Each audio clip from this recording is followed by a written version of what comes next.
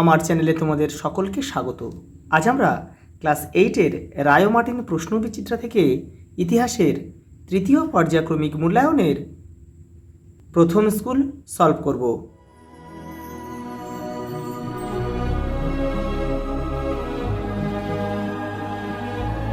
দেখো, প্রথম স্কুল যারা আগের সেটটা দেখোনি তারা চ্যানেলের প্লেলিস্টে যাবে, ওখানে কিন্তু দেওয়া রয়েছে। দেখো, প্রথম প্রশ্ন, আত্মীয় সভা প্রতিষ্ঠিত হয় 1815 খ্রিস্টাব্দে। কে করেছিল এটাও তোমাদের জানতে হবে। রাজা রামমোহন রায়। পরটা দেখো, কলকাতায় কিন্তু এটা স্থাপন প্রতিষ্ঠিত হয়েছিল। হিন্দু মেলা প্রতিষ্ঠা করেন কে? নবগোপাল মিত্র। দেখো, সালটা কিন্তু তোমাদের জানতে হবে কত সালে। আমি এখানে লিখে দিচ্ছি 1867 খ্রিস্টাব্দে। এই হিন্দু মেলার কি আরেকটা নাম আছে, কি বলো তো? এর নাম হচ্ছে চৈত্র মেলা। এটাও কিন্তু তোমাদের জানতে হবে, চৈত্র মেলা।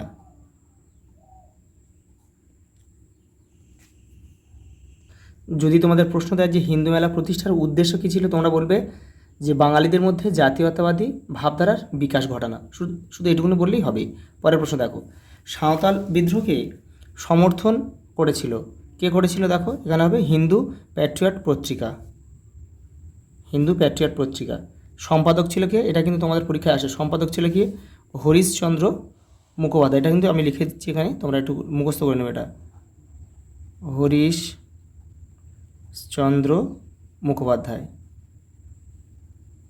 মুখোপাধ্যায়।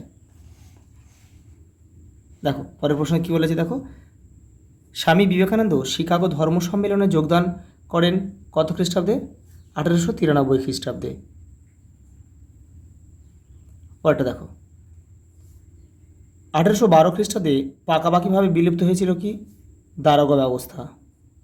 অপশান বি আমাদের সঠিক উত্তর। পরেরটা দেখো, চরমপন্থী নেতা ছিলেন। এখানে দেখো, চরমপন্থী নেতা কে ছিল? এটা আছে অপশান আমাদের হবে বাল গঙ্গাধর তিলক। Option A. তাহলে দেখো, দাদাভাই নৌরোজি, সুরেন্দ্রনাথ বন্দ্যোপাধ্যায় কিন্তু এরা হচ্ছে নরমপন্থী নেতা। এটাও কিন্তু তোমাদের জানতে হবে। দেখো, করেঙ্গে ইয়া মরেঙ্গে ডাক দিয়েছিলেন কে? গান্ধীজি। পরেরটা দেখো, বিপ্লবী সূর্য সেনের ফাঁসি হয়েছিল 1934 খ্রিস্টাব্দের 12ই জানুয়ারি। ভারতের প্রথম উপরাষ্ট্রপতি ছিলেন ডক্টর সর্বপল্লী রাধাকৃষ্ণন, যার জন্মদিনে কিন্তু আমরা শিক্ষক দিবস পালন করি। ভারতের সংবিধান কার্যকর হয়েছিল 1950 খ্রিস্টাব্দের 26শে জানুয়ারি। আর দেখো, এটা হচ্ছে সংবিধান কার্যকর হয়েছিল। আর যদি বলে সংবিধান গৃহীত হয়েছিল কবে?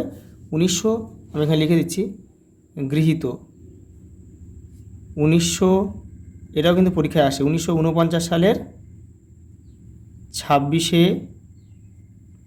নভেম্বর সংবিধান গৃহীত হয়েছিল। এটাও কিন্তু তোমরা মুখস্থ করে রাখবে। পরের প্রশ্ন দেখো, পশ্চিমবঙ্গের পঞ্চায়েত ব্যবস্থার দ্বিতীয় স্তর কোনটি? দেখো, এখানে হবে পঞ্চায়েত সমিতি। দেখো, পঞ্চায়েত ব্যবস্থার কিন্তু 3টে স্তর। প্রথম স্তর না, এটা লিখে দিচ্ছি। প্রথম স্তর হচ্ছে জেলা পরিষদ,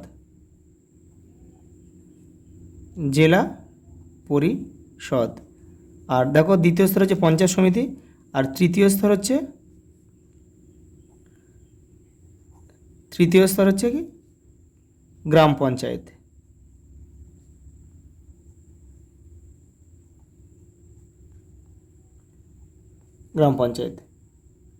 এগুলো কিন্তু শর্ট প্রশ্ন হিসেবে আসে যে পশ্চিমবঙ্গের পঞ্চায়েত ব্যবস্থার প্রথম স্তরের নাম কি বা তৃতীয় স্তরের নাম কি। দেখো, এটা স্তম্ভ দিয়েছে। দেখো, আলেকজান্ডার ডাফ। এটা হবে জেনারেল অ্যাসেম্বলি ইনস্টিটিউশন। এটা এক লিখবো। তার মানে জেনারেল অ্যাসেম্বলি ইনস্টিটিউশনের প্রতিষ্ঠা কে করেছিল? Alexander Duff. সালটা একটু তোমাদের জেনে রাখতে হবে। এটা আছে 1830 খ্রিস্টাব্দে। আর এখন এই প্রতিষ্ঠানের বর্তমান নাম কি? এটাও কিন্তু পরীক্ষায় আসে। Scottish church college. Scottish church college.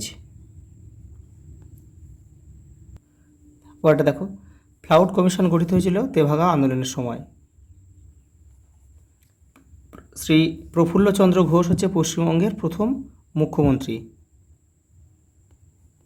আর ভগৎ সিং হচ্ছে লাহোর ষড়যন্ত্র মামলার সাথে যুক্ত। দেখো, বিমানান শব্দটি খুঁজে বের করো। এখানে কী দিয়েছে দেখো, বিনয় বসু, বাদল গুপ্ত, দীনেশ গুপ্ত আর হচ্ছে চিত্তরঞ্জন দাস। এখানে বাদ যাবে হচ্ছে বা বেমানান হচ্ছে চিত্তরঞ্জন দাস। কারণ হচ্ছে বাকিরা, আমি এখানে লিখে দিচ্ছি, বাকিরা হচ্ছে অলিন্দ যুদ্ধের সঙ্গে জড়িত। অলিন্দ যুদ্ধের সঙ্গে জড়িত, যেটা রাইটার্স বিল্ডিংয়ে যে আক্রমণটা করেছিল তার সাথে জড়িত। দেখো, রামমোহন রায়, দেবেন্দ্রনাথ ঠাকুর, কেশব চন্দ্র সেন আর দয়ানন্দ সরস্বতী। এখানে বাদ যাবে হচ্ছে দয়ানন্দ সরস্বতী। কারণ কি, বাকিরা ছিল কি বাংলার ব্রাহ্ম আন্দোলনের সঙ্গে জড়িত তারা। বাকিরা বাংলার ব্রাহ্ম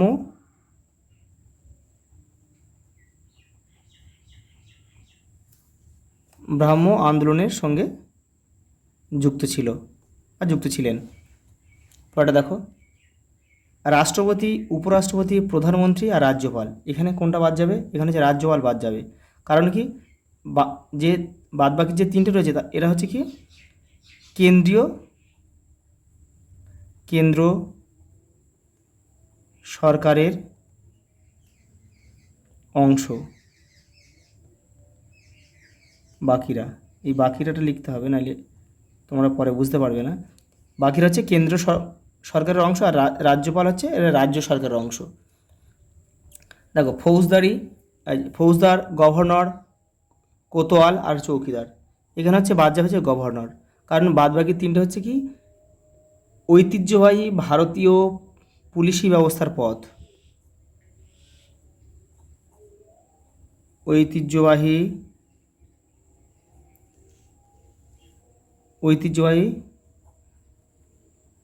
ভারতীয়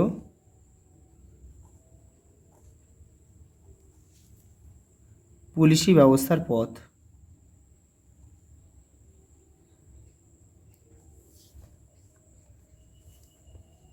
এটা কিন্তু এটা বাকিরা লিখতে হবে, নাহলে পরে কিন্তু তোমরা বুঝতে পারবে না। বাকিরা। সত্য মিথ্যা নিরূপণ করো। দেখো, 1930 খ্রিস্টাব্দে চট্টগ্রাম অস্ত্রাগার লুণ্ঠিত হয়, এটা সত্য। যুগান্তর পত্রিকা ছিল বাংলার বিপ্লবী আন্দোলনের মুখপত্র, এটাও সত্য। 1919 খ্রিস্টাব্দে রাওলাট আইন তৈরি করা হয়েছিল, সত্য। মুখ্যমন্ত্রীকে নিয়োগ করেন রাষ্ট্রপতি, এটা কিন্তু মিথ্যা। এটা কি হবে? এটা হবে রাজ্যপাল।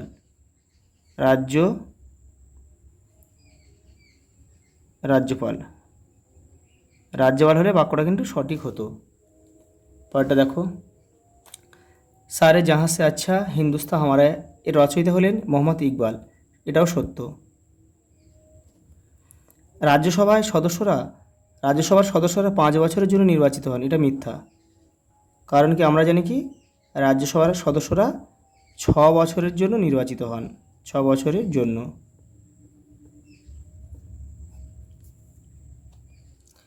পরের প্রশ্ন দেখো, নেতাজি সুভাষচন্দ্র বসুর ছদ্মনাম কী ছিল? মোহাম্মদ জিয়াউদ্দিন।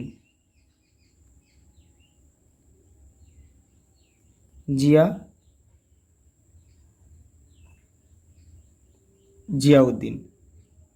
কোন জাহাজে প্রথম নৌবিদ্রোহ শুরু হয়েছিল? তলোয়ার।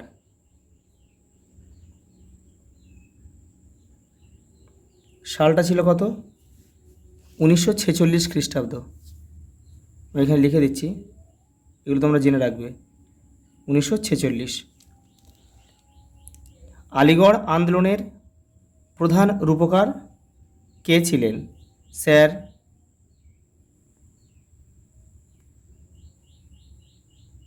সৈয়দ আহমেদ খান। পরেরটা দেখো, অনুশীলন সমিতি কে প্রতিষ্ঠা করেন? সতীশ চন্দ্র বসু। কত সালে? সালটাও তোমাদের কিন্তু জানতে হবে। 1902 খ্রিস্টাব্দে করেছিল। আরেকটা 1906 সালে হয়েছিল, সেটা হচ্ছে ঢাকা অনুশীলন সমিতি, যেটা করেছিল পুলিন বিহারী দাস। এটাও তোমরা একটু জেনে রেখো। ভারত সভা কবে প্রতিষ্ঠিত হয়েছিল? 1876 খ্রিস্টাব্দে। এর প্রাণ পুরুষ কে ছিল? সুরেন্দ্রনাথ বন্দ্যোপাধ্যায়। এটা তোমাদের জানতে হবে, সুরেন্দ্রনাথ বন্দ্যোপাধ্যায়।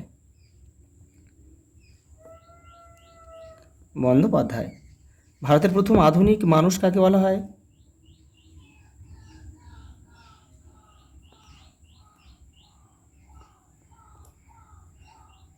রাজা রামমোহন রায়কে।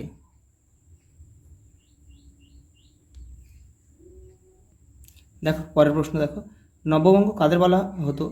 দেখো তোমাদের বইয়ের 80 নম্বর পেজে রয়েছে। দেখো এই যে এখান থেকে এই পর্যন্ত লিখবে। পরের প্রশ্ন দেখো, 1820 খ্রিস্টাব্দের পর সেনাবাহিনীর গঠন কাঠামোয় কী পরিবর্তন এসেছিল? দেখো তোমাদের বইয়ের 42 নম্বর পেজে রয়েছে উত্তরটা। এই দেখো এখান থেকে লিখবে, এখান থেকে এই পর্যন্ত। পরের প্রশ্ন দেখো, কে কত সালে বঙ্গভঙ্গের পরিকল্পনা ঘোষণা করেন?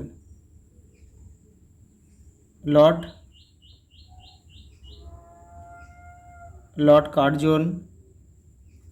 কত খ্রিস্টাব্দে করেছিল? 1905 খ্রিস্টাব্দের।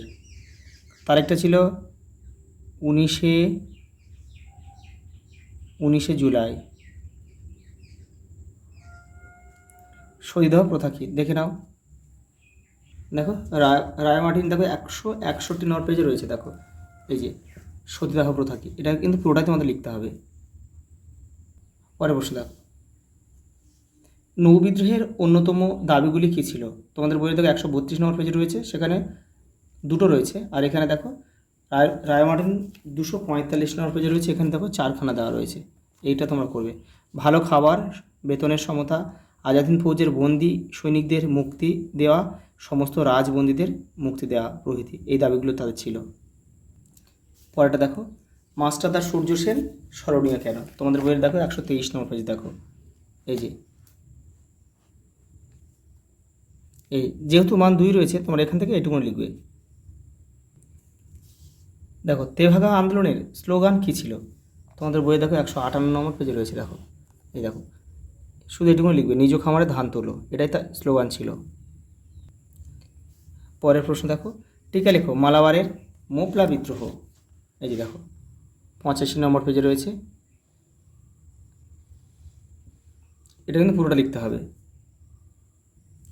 পরের প্রশ্ন দেখো, গান্ধীজি কেন অসহযোগ আন্দোলন প্রত্যাহার করেছিলেন? 252 নম্বর পেজে রয়েছে। দেখো রায়মার্টিন, এই যে গান্ধীজি কেন অসহযোগ আন্দোলন প্রত্যাহার করেছিল? যে কারণ কি? চৌরিচৌরা ঘটনা, সরকারি দমননীতি, আর হচ্ছে মুসলিম সমর্থন প্রত্যাহার। এই কারণগুলো কিন্তু সবই ব্যাখ্যা করতে হবে। পরের প্রশ্ন দেখো, টিকা লেখো জালিয়ানওয়ালাবাগের ঘটনা। দেখো তোমাদের বইয়ের 118 নম্বর পেজে এই যে জালিয়ানওয়ালাবাগের ঘটনা, এখান থেকে তোমরা লিখবে, এখান থেকে এই যে এই পর্যন্ত লিখবে। পরের প্রশ্ন দেখো, টিকা লেখো ইলবার্ট বিল বিতর্ক। তোমাদের বইয়ের 98 পেজে রয়েছে। দেখো এই যে দেখো ইলবার্ট বিল বিতর্ক, এটা কিন্তু তোমাদের পুরোটা লিখতে হবে।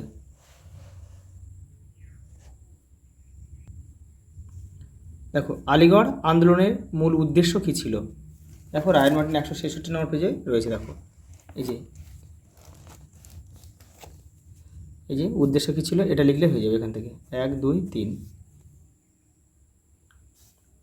টিকা লেখো র্যাডক্লিফ লাইন। দেখো তোমাদের বইয়ের 144 নম্বর পেজে রয়েছে এই যে র্যাডক্লিফ লাইন, এটাই এখান থেকে তোমরা এটা পড়ে কিন্তু একটু ছোটো করে লিখবে। পরেরটা দেখো, টিকা লেখো জেলা পরিষদ। তোমাদের বইয়ে দেখো 153 নম্বর পেজে রয়েছে। দেখো এই যে জেলা পরিষদ, দেখো এখান থেকে তোমরা এটা কিন্তু পুরোটা লিখতে হবে। ভারতীয় সংসদীয় শাসন ব্যবস্থায় প্রধানমন্ত্রী কীভাবে নিযুক্ত হন?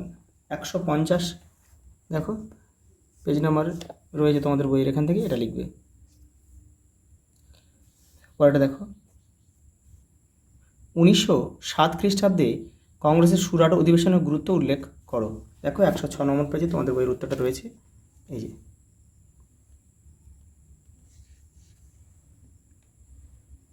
পুরোটা কিন্তু লিখতে হবে।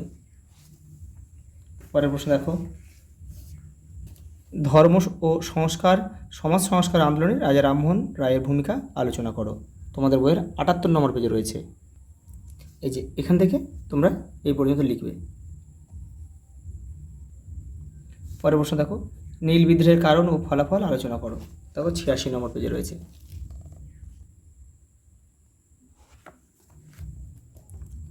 দেখো ভারতের স্বাধীনতা সংগ্রামে সুভাষচন্দ্র বসুর অবদান আলোচনা করো। তোমাদের বইয়ের 126 নম্বর পেজে রয়েছে।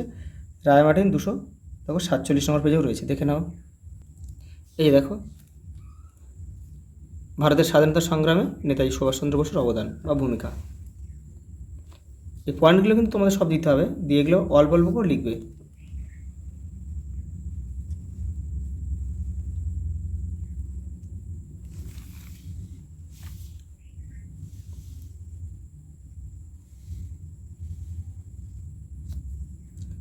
আজ এই পর্যন্ত, দেখা হবে পরের ভিডিওতে।